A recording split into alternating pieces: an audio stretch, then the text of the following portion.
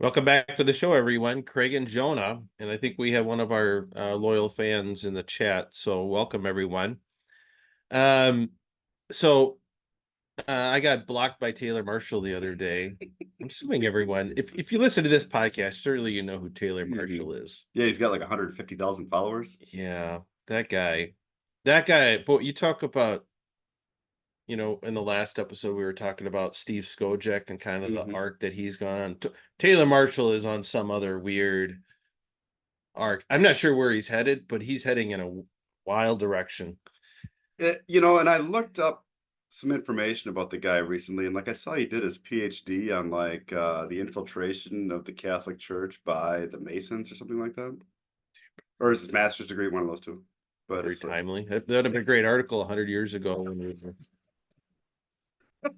So I think, so as I understand it, and I'm probably going to butcher this, but tough Taylor, you block me, I guess you're going to have to put up with this. I think he was a Protestant pastor, maybe. Not sure his I'm not sure his denomination, but he became kind of on the whole who's the guy in Steubenville? Yeah, oh, Scott Hahn. Scott Hahn, Kind of that whole trajectory, I think, came over and was this. Scott Hahn's pretty tame though. Well, started out as a kind of an zealous evangelical anti-Catholic type, and then becomes Catholic, and then he's all rah rah, uh, and then uh, now he's just full blown trad. I mean, he's really out there in the right. Um, to the extent that I think on Holy Week he was making a big deal about the feet washing. The Pope Oh does this every year, yeah. right? Pope Mhm. has to go wash some, I don't know, marginalized people's feet, So yeah, it's whatever. publicity stunt for the year. Yeah, Yeah. I think he does that just to needle Taylor Marshall. Which is I'm all on board for that. But Taylor had to point out that, and I don't remember the feet washing thing growing up. Oh really? I don't remember it happening. And so I remember the first time I saw it, I was like, wow, this. I was still pretty conservative. Not that I'm not conservative now, but I was like, oh, this seems like a newfangled thing. But it actually is part of the rubrics, Mhm. and maybe even part of the Latin Mass. I'm not sure, but I I had my feet washed a couple oh, times. I okay. always make sure you wear nice socks. Yeah, I did that. I had it once too, um, which it is a little uncomfortable, but it's a very humbling It, thing, right? yep, for sure. But he was going on and noting that it. So I think it came out in the 1950s. So it came out under the later version of the old mass, hmm But right at the end. right at the end. So yeah, so he's critical of it, even though that of course, and I think under the old rite there was no women having their feet washed. It was just men, probably other priests and I mean, altar they're boys. definitely not worthy enough. Yeah, right. That is, go on, Yeah. because I know where it's going, but So he was critical of that, and I always find it funny when he's critical of something that even though the Latin Mass technically allows. hmm And so I tweeted out from my, not my personal account, but a non-podcast tweeting account, and I said, is there a more, who's the most insufferable wet blanket on this platform, and why is it Taylor Marshall? I saw that. And I didn't tag him, but I subtweeted his hmm tweet, and then a few days later I did think two of it, and then Jonah posts something, and I'm like, and I get the little thing that shows I can't see, and I was like, I wonder who that is, because I'm not blocked by too many people, and then I was like, oh, Taylor must have seen my tweet. So It's funny because I saw the trads piling on the Pope, washing the feet of women, and it's like, what harm can there be? Like, because the one trad talked about how conferred the priesthood, like that is like, and I mean, and that Jesus was basically making them priests at that time, and Oh, I don't know. maybe they argue that because a similar controversy came up over communion in the hand, Mm-hmm. and how, and this wasn't even a trad, but and I'm a type of guy, I like to receive communion on the tongue, and if Mm-hmm. there's a kneeler available, I'll kneel. Um, but the whole, your hands are unworthy, Mm-hmm. shouldn't be, which I don't know. That's a whole different conversation. But the whole thing about when the apostles had the Last Supper with Jesus, They use their hands. they probably used their hands, and I kind of wonder if this instance there. Well, hey, they were consecrated by the moment of that, because when he washed their feet, Boy, they the were mental priests. gymnastics that Yeah, goes on. I And mean this. so speaking of that too, we were at a parish where the priest made an announcement before communion that if you wanted to receive on the tongue, you're supposed to wait till the end. Huh. And I'd never been to a parish. They also used a glass chalice, which is, Mm, forbidden. But yeah, um, that's not a good idea. yeah. So we just told the kids use your hands because I mean, I don't know, don't need to make a spectacle out of it or whatever.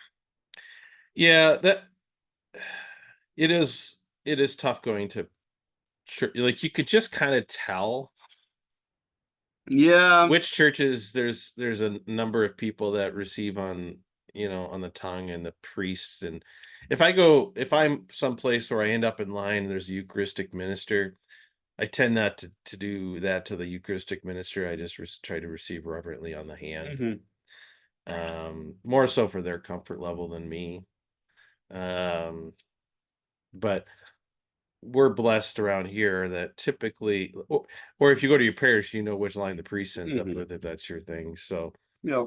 but yeah, when you travel, it is hard to know. And and I know that our kids go to the same school, and they're taught to receive on the tongue from the beginning, and kneeling. And when they end up at a church, sometimes I give my kids a heads up. I'm like, hey, by the way, they probably aren't going to know how to give you communion on the tongue without making a big mess of things. So my kids, it's awkward for them to receive on the hand, like they don't know what to do, right? We had to coach them through it in the pew. Yeah. Like, 'cause, my middle son was holding his hands wrong, and Yeah. yeah.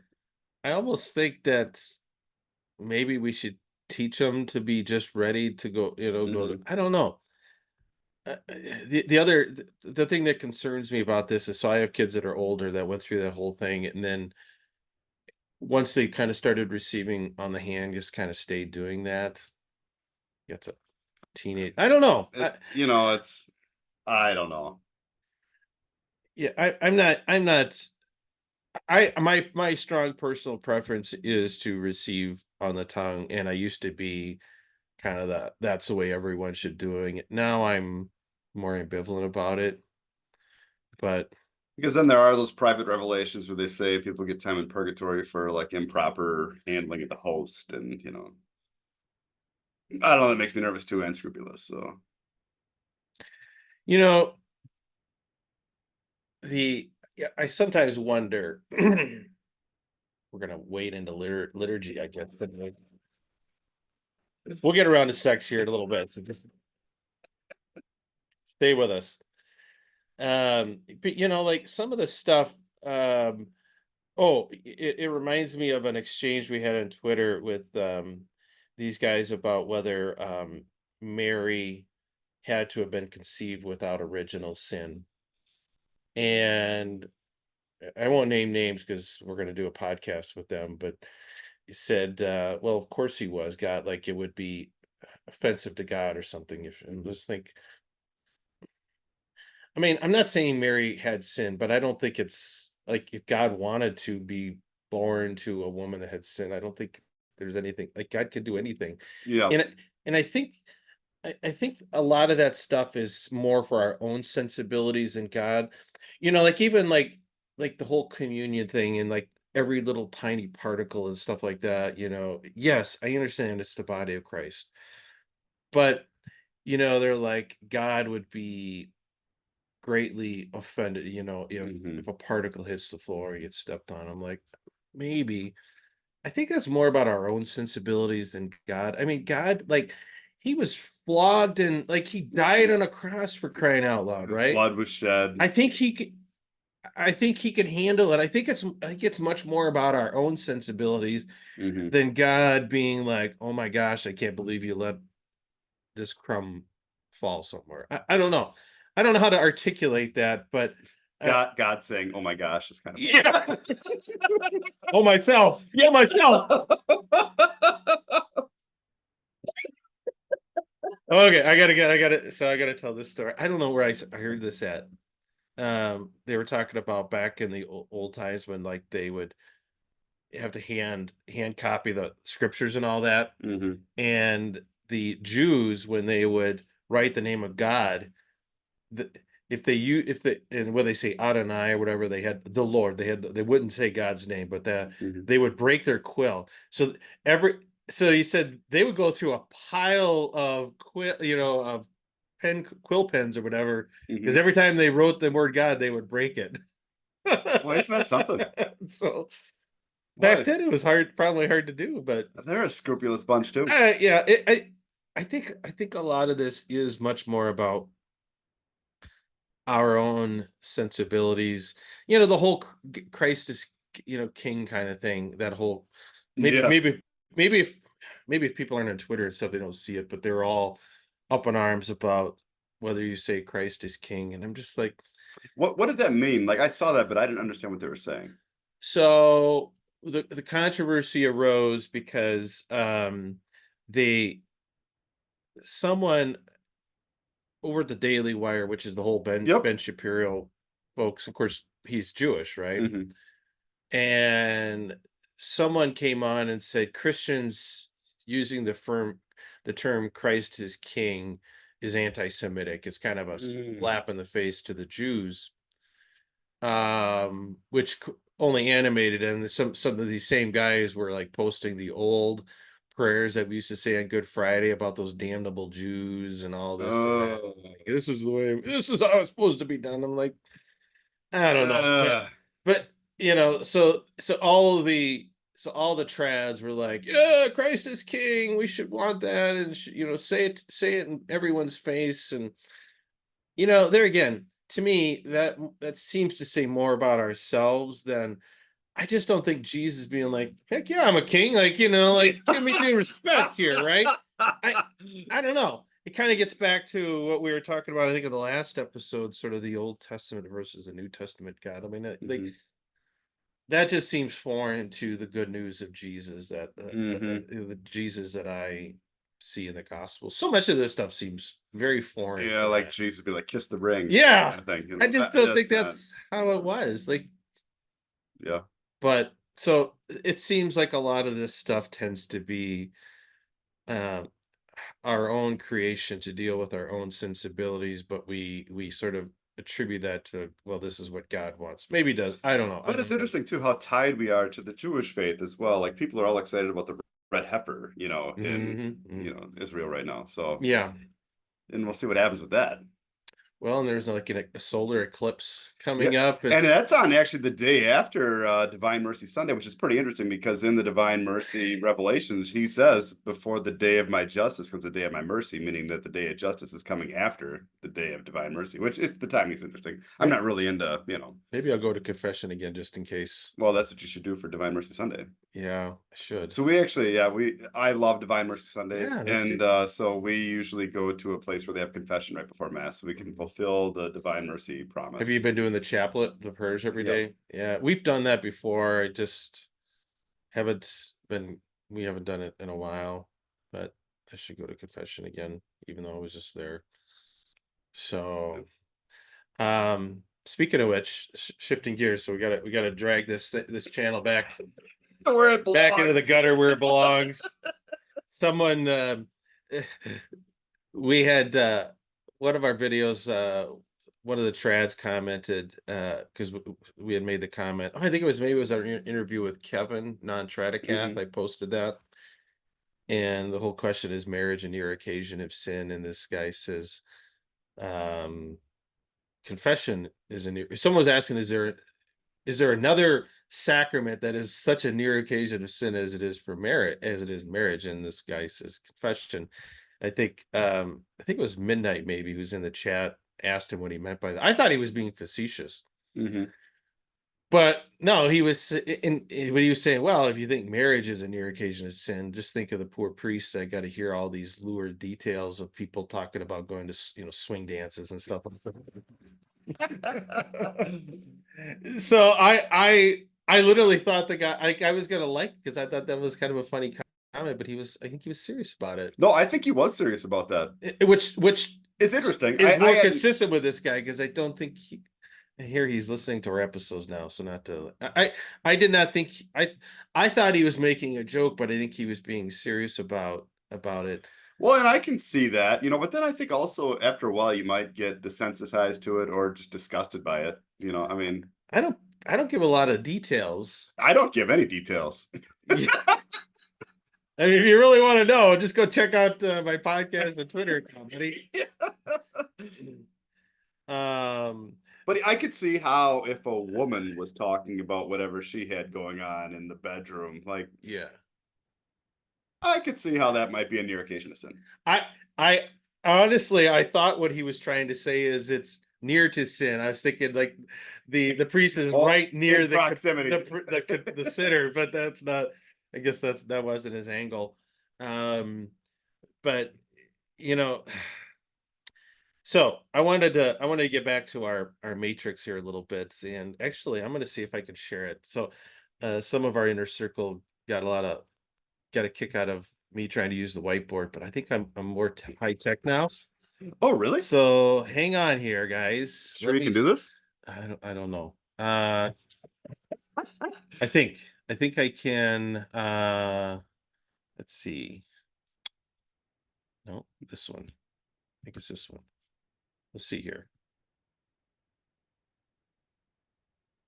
Hey! Oh, wow! Look at that! Oh my gosh! Look at that! And it is recording your screen, right? It's happening. It's happening, guys.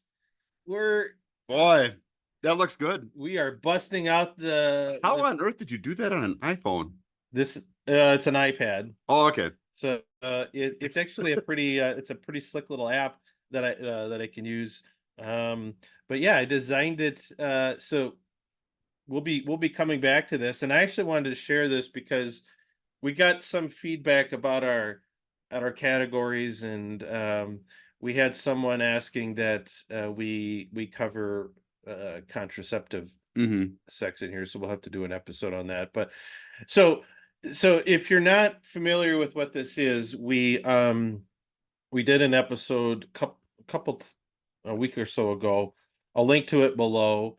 The Matrix, the Uncharted Catholic Matrix.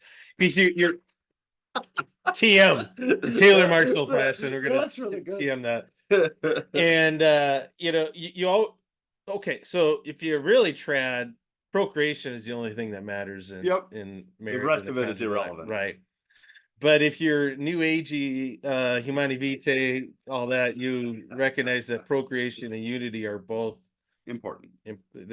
Ends, inseparable ends. I mean, that's sort of the rationale given for things is procreation and unity have to be together. But they don't really talk about like you kind of get back to like St. Paul talk about it's a hedge against concupiscence or something like that. So we tried to like flesh out the other components to intimacy within marriage, and sexual release is at the bottom. I kind of caught some flack because I talked about this on Twitter the other day. I put sexual release slash concupiscence because well, yeah, I think that's fair. Yeah, and someone was like, "Why are you calling it concupiscence?" And she's I would say not a traditionalist. She's sort of on the other end of the spectrum. I'm like, well, I think that's the common explanation that people give. They attribute any sort of sex drive to concupiscence. Right. It's either fully because of it or it's tainted by it or whatever.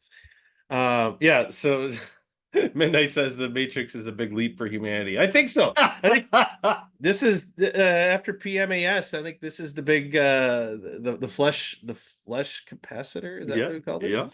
So I think there are at least four big categories of ends, needs, goals, whatever, of intimacy within marriage. And the and I think because we don't most people don't factor this in, I think it's hard to understand, and I think important distinctions aren't made. So, I don't know if you put in like the pleasure of sex in here, but the sort of sexual release is one of the things that people typically get, especially men, out of any kind of sexual activity, regardless of the number of participants. Leave it at that. That's true. Yeah. And then, sort of on the one end, procreation, even if you are open to life and are going to have a big family, let's say you have 12 kids. You only have procreative conjugal relations 12 times or less if you have twins, right? And I would hope for the sake of your marriage, you have. I hope you do it more than that. Yeah. Right. So unity is, I think there's a question, and we've kind of raised this question about unity. Like, when does unity start? Like, what does unity look? Is it purely just the physical? We come together in intercourse is unity, or can unity start before or after that? Does it require the actual full act itself? But what we're saying is that the unitive part of sex is much more common than the procreative. Yeah, I think most of us want and need that more than we Mm-hmm. want or need procreation. Mm-hmm.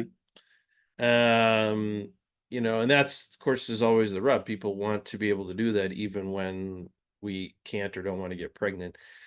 And then there's sort of I put this kind of a middle category, and I don't know how to describe this, but I think, just the embrace, the kissing, holding, you just like, I know I like just the experience of just holding my spouse close, Mm-hmm. right? Yep.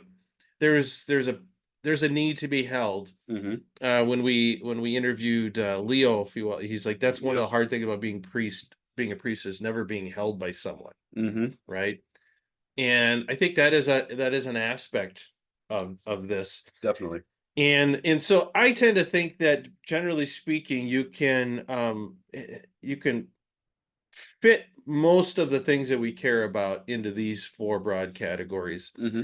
But I'm sharing this so that people can comment, and maybe there is a definite need to separate some stuff out. But when you look at it this way, I think it's easier to judge how we look at certain types of acts as opposed to just looking at procreation and unity. Because, like, for example, you ask, so why does the church teach against masturbation? I've heard people say, well, it separates the unity from the procreative ends of the conjugal act. I'm like, well, you're not even engaging in the conjugal act. Like, There's no unity. you're not separating, because you're not even trying to bring them together. Like, you can Yep. you can go solo as much as you want. You're not getting anyone pregnant.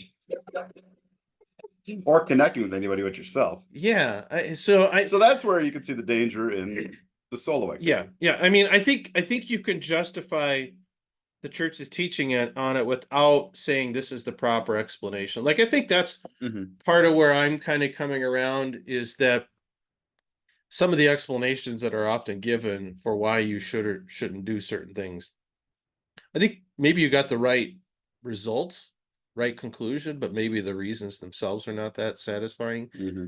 which is really why we kind of dig into this, because I think if we better understood the why, maybe it would be about easier for people to follow some of these things that or maybe just don't necessarily make a lot of sense, Yeah. right? So anyway, so that's the Matrix. Certainly welcome any comments on that. But I do want to, so I would like to tackle some of these things more in depth in episodes, either these categories or specific types of acts. I'll actually go back to I give people a sneak peek. This is sort of how we put it up on the last episode, but you know, I sort of separated out into four categories. There maybe there's more, but you got the solo activity here, and you can evaluate, does it check any of these boxes? How about other acts between the spouses but don't involve actual intercourse? Hmm. How does that check these boxes? Uh the good old own and special coitus interruptus. But contraception could fall into that. Yeah, when someone asked about, well, why didn't you address contraception? I mean, I I sort of would put it in maybe in this category because you do have intercourse. Hmm. Um and so With certain types of, yeah, contraception, you can have procreation as well. right. Right. So anyway, maybe we could do it as a separate category, but and maybe these distinctions don't matter, but I think maybe they matter. So like kind of getting into the question about, our treatment of the conjugal act, I think one could look at it and say, here's what if you're going to engage in the conjugal act, here's the rules for you, right? I think it's another thing to say that you must only engage in the conjugal act within marriage. I think that's where Mhm. we sort of get, I don't know, the connection isn't obvious to me, like why you must only engage in the conjugal act. And let's say because you only engage the conjugal act, so this is why the own and special is not allowed. But what about things that never involve the conjugal act, either individually or as a couple? Mhm. I think those things can be wrong. But I think the reason behind them is less than clear, and maybe the explanation is different than, well, you're separating the procreative and unitive, because let's talk about unitive. If unity doesn't occur until you have the full connection of the husband and wife, are you really separating unity from procreation and other acts that never really realize either one of them? I don't know. I think it's a distinction that It's true. is worth discussing. Yeah. So I think it is important to, look at it a little different way. Um, and maybe people will reach the same conclusions, but I think this is a little more helpful way to evaluate these things going forward. So, Mhm. all right. All right. Okay. So, uh, yeah, so Midnight he's been following, he's been chatting a little bit, and he's like, and we've talked about this too, like, it's one thing to talk about these things in theory or even get up the matrix, and it's a different thing to talk about that in practice. And I actually had a tweet about this the other day, whereas like if you look at the sort of the theory, it puts procreation at the top, unity and like or sexual release at the bottom in terms of importance, ends, or whatever. Mhm. But in practice, for most of us, those are completely inverted, right? Mhm. Most of us are seeking intimacy far more often because we want a release than we are because we're trying to make a baby, Mhm. right? It's true. Like I said, even if you're using no NFP and you're going to have as many kids as you can, you can only get pregnant once every 9 months Mhm. at most, right? And like I said, I think most people are hopefully engaging in intimacy more often than that. Can only hope. Yeah. So Huh? So anyway, so I think we are sort of recognizing and trying to highlight the difference between theory and reality. And I think that's where a lot of couples really struggle is, yeah, I can read what you say, I can read theology of the body, I can read love and responsibility, I can read Humanae Vitae, but when I actually go back to my spouse and in our day-to-day lives, that's not our actual experience. And that's very fair. I know how that feels as far Hmm. as you read something that's beautiful and it makes sense, but Hmm. when you look at how it's applied in your life, it just doesn't quite Right. match up. Right. And I think the common thing as well, if your experience doesn't match up to this is just concupiscence. Like they just got this catch-all. Mhm. Oh, yeah, just your concupiscence. It's not that we're wrong. It's that you have concupiscence, right? That's always and how do you disprove that? I don't know what I don't know what things look like before original sin. Nobody does. So anyway, that's why we talk about these things. We're going to probably do some more in-depth discussions of the matrix and some of these things going forward. But do want to encourage people, if you have thoughts, comments, if you think we got some of it wrong or want us to add things, leave a comment or send us an email. So, Yep, sounds good. all right. Anything else, Jonah? Nope. Okay. Well, thank you, Jonah. Thank you, Midnight, for hanging out in the chat with us. Thank you, everyone, for listening. And until next time, everyone, Bye. have a good one.